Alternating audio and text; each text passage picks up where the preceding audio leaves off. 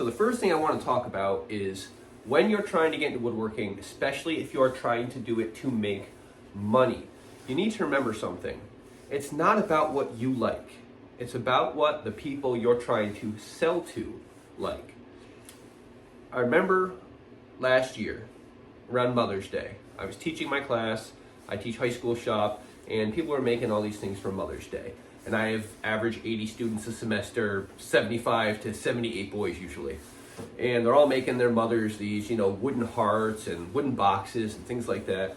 And they all wanted to get the propane torch and torch them when they were done.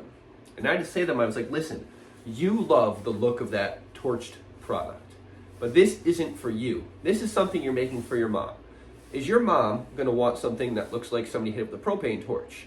Would she ever go out and buy something that had that look to it? Or are you just doing it this way because you think it looks cool? Think that way with your customers. I made these wooden snowflakes, throw a video, wherever videos go up here. And I made them at school, and we were doing them for a fundraiser. And I gave a couple out to kind of, get the word out about it. And people liked them, and we sold quite a few of them. We raised a few $100s.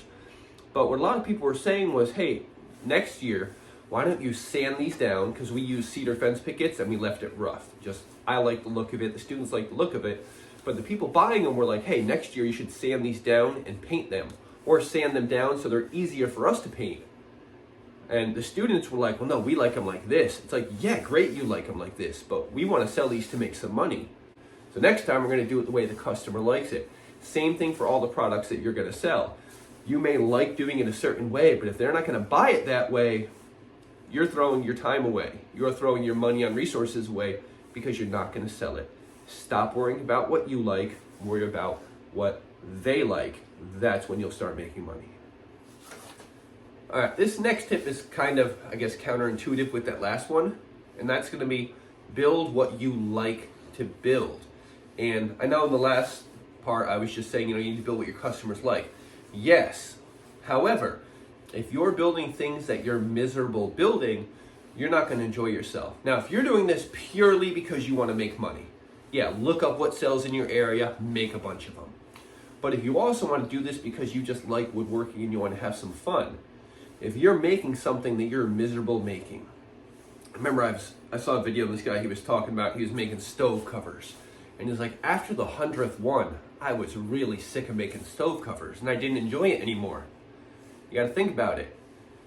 If you're not building things you like, how is it any different doing your woodworking than just going to another job? All right, my guess is you want to do woodworking to make money because you enjoy it and you want to have some fun with it. Now, there's a balance here, because if you're trying to do it to make money, you may have to suck up sometimes and just make the projects you don't want to make because you have bills to pay, or you're trying to get your reputation out there. You're trying to attract certain customers. But in the end, if this is something you really want to enjoy doing, find things you like to make and then try and make them marketable. Try and make them in a way that people are going to want to buy them. If you have to throw in a project here and there that you're not all super excited about, deal with that. But don't get stuck building things you don't want to make every day. Because if that's the case, you're just going to be miserable. All right, tip number 3, treat everything you make like it's for a paying customer. So I remember I was new at the school I'm working at, and one of the secretaries, she said, I have an older dog and I really want to make a ramp for that dog to get up to the bed. And she's like, I'm trying to find them. I can't find the right size for my bed because it's a weird height, and I can pay to get a custom one done, but they're hundreds of dollars. Any chance you can make something? And I was like, oh yeah, not a problem. And I knew she didn't want to spend a bunch of money, and I was like, listen, I have some scrap wood laying around. Let me make it out of scrap wood. I'll throw one together for you. No charge. Don't worry about it. And I threw this thing, it wasn't bad, but I could have done way better. I used scrap wood. It was solid. But if I was selling to somebody, I would have done something nicer. And that person ended up surprising me. They left a card for me, and it had a $100 gift card in it. And I did not feel very good about that, because I said to her, I was like, listen, I just made this thing out of scrap wood. I spent like a half hour on it. I can't take this. And she insisted. But that hit me a little bit, because I was like, listen, this person asked me to make this for them. I should have made it the best I could make it. All right, even though I told her she didn't have to pay me for it, that's kind of my reputation there. And if I'm making stuff that's subpar, why would I do that? So if you're making something for somebody, remember, your name is attached to it, especially if you're going to be trying to sell these things. If I was really looking to make money selling those things, I would have taken more time, I would have planned it out better, I would have just thrown something together. If you're going to be trying to sell stuff at a craft fair, if you're going to be trying to sell stuff on Etsy or on Marketplace, every item you sell is somehow going to be attached to you. If it falls apart, that person might put a bad review out there or say something on Facebook Marketplace or bash you saying don't buy from this person. Build the stuff the way you want your name to be built. If you want to have a good name, build a good product. Take the extra time, do the sanding, put an extra coat of clear on it, make sure it's protected, whatever it is.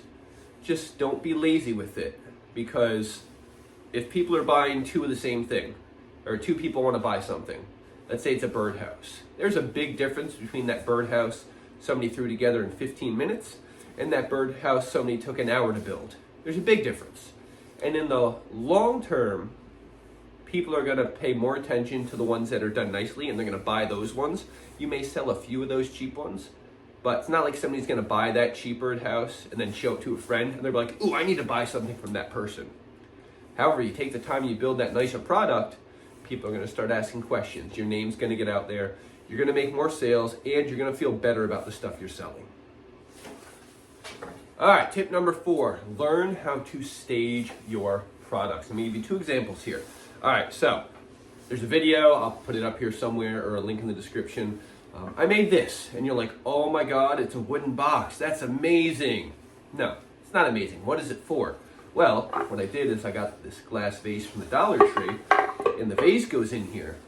Now, if you had this on a table and you had some flowers in it, people would look at that, and it'd be a pretty cool looking rustic piece. I left this one rustic, didn't even sand it. Again, I could give it a different look. It's all about the look you're going for. But if I had some flowers sticking out of this and I had it on the table, that will get people's attention. They'll see what it can be used for. If I just have this sitting here and they're like, what's that? Like, oh, you put flowers in it. Most people can't imagine those things. There's a wooden basket I did a video for. Again, I'll put the link up there, down there. But it's a wooden basket. I'm looking around to see if I actually have one here, and I don't have an extra one lying around. It's kind of frustrating. I'll put a picture of one over here. So this basket, I made these with my students, and we sold some at school.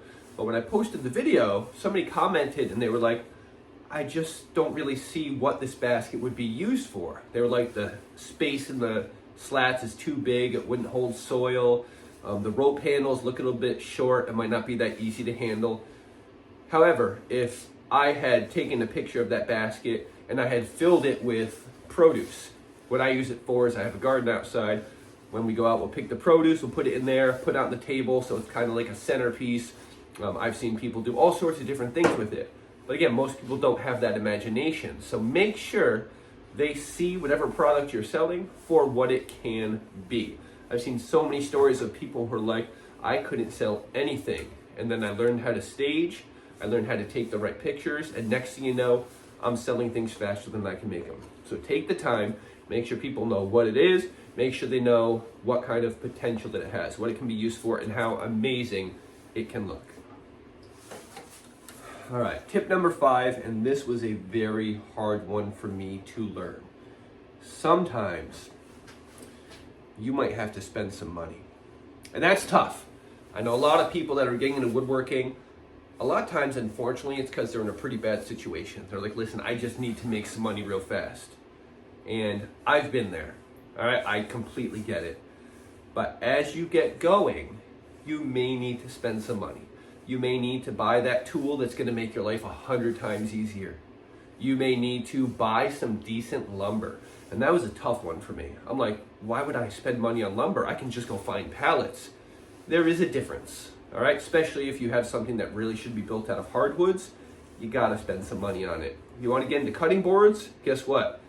You gotta get hardwoods, all right? So I know it's nothing anybody likes to do, but sometimes you will have to invest a little bit. And think about it, if you're getting into woodworking as a business, you have to eventually start treating it like a business. And businesses do take some investment. Now, take baby steps. Don't go overboard and say, credit card, and just start buying everything. Get what you need to get the first few jobs done. Take that money, reinvest it. Don't be like, I made a bunch of sales, I'm going out to celebrate. Reinvest it into your business. If you really want to treat this like a business, you need to do it. And that's not blowing the money, that's taking the money and putting it back into your business. But spend a little bit of money when you can. Don't drive, credit card debt up. That's not a smart move. I'm a big fan of Dave Ramsey.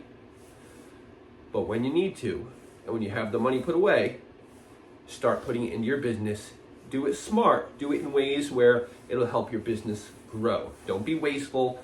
Don't think I need to go buy a $10,000 laser engraver. I need the top of the line this and the top of the line that. You'll get there at some point. But get tools that you can work with safely and get the lumber you need to make some good quality projects, make some sales, get a name out there for yourself.